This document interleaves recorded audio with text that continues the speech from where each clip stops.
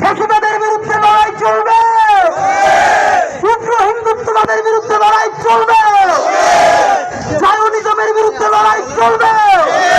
এই স্লোগান হবে, হাতের তালি দিয়ে প্যালেস্টাইন প্যালেস্টাইন বলতে হবে। উপরে আসমান থেকে আল্লাহ দেখবে, আর ফিলিস্তিন থেকে হাত হারানো, পা হারানো, সন্তান হারানো ইত্যাদির আগে আমার মা বোন দেখবে।